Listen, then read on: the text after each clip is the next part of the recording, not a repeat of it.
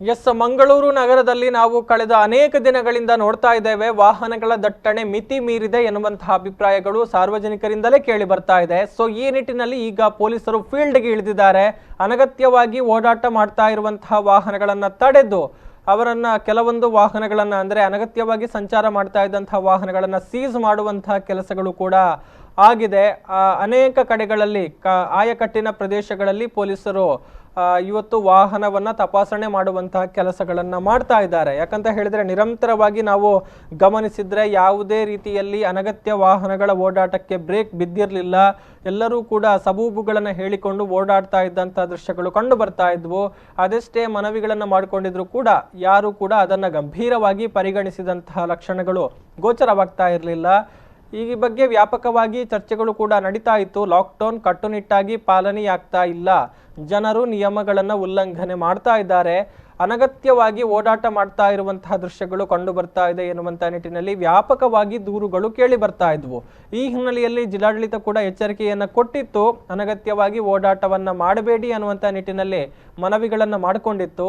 ಅದರ ಪರಿಣಾಮವನ್ನ ನಾವು ನೋಡ್ತಾ ಇದ್ದೇವೆ. ಅಂದ್ರೆ ಅನೇಕ ಕಡೆಗಳಲ್ಲಿ ಇದೀಗ ವಾಹನಗಳನ್ನ ತಪಾಸಣೆ ಮಾಡುವಂತಹ ಕೆಲಸಗಳಾಗ್ತಾ ಇದೆ. ಸಾಮಾನ್ಯವಾಗಿ ಚೆಕ್ ಪೋಸ್ಟ್ಗಳಲ್ಲಿ ಪೊಲೀಸರು ಅನಗತ್ಯವಾಗಿ ಸಂಚಾರ ಮಾಡ್ತಾ ಇರುವಂತಹ ವಾಹನಗಳನ್ನ ತಡೆ ಹಿಡಿತಾ ಇದ್ರು. ಇದೀಗ ನಗರದ ಅಲ್ಲಲ್ಲಿ ಚೆಕ್ ಪೋಸ್ಟ್ಗಳನ್ನ ಹೊರತುಪಡಿಸಿದಂತಹ ಪ್ರದೇಶಗಳಲ್ಲಿ ಕೂಡ ಪೊಲೀಸರಿಂದ ತಪಾಸಣೆ ಮುಂದುವರೆದಿದೆ.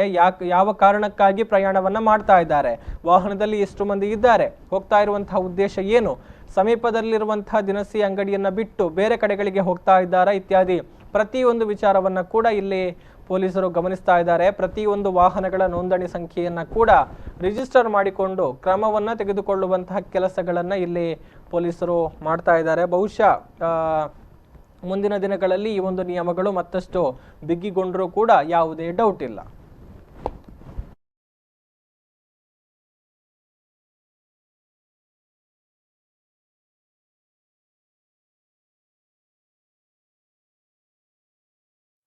गवर्नमेंट वेहिकल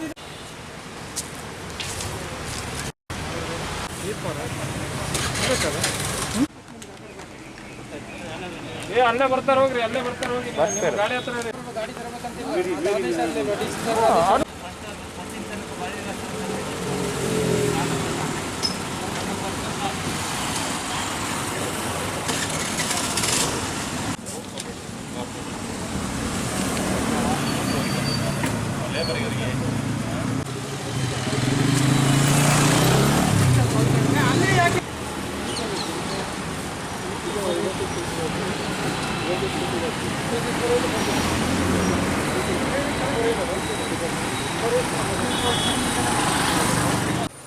गवर्नमेंट वेहिकल ಇದೆ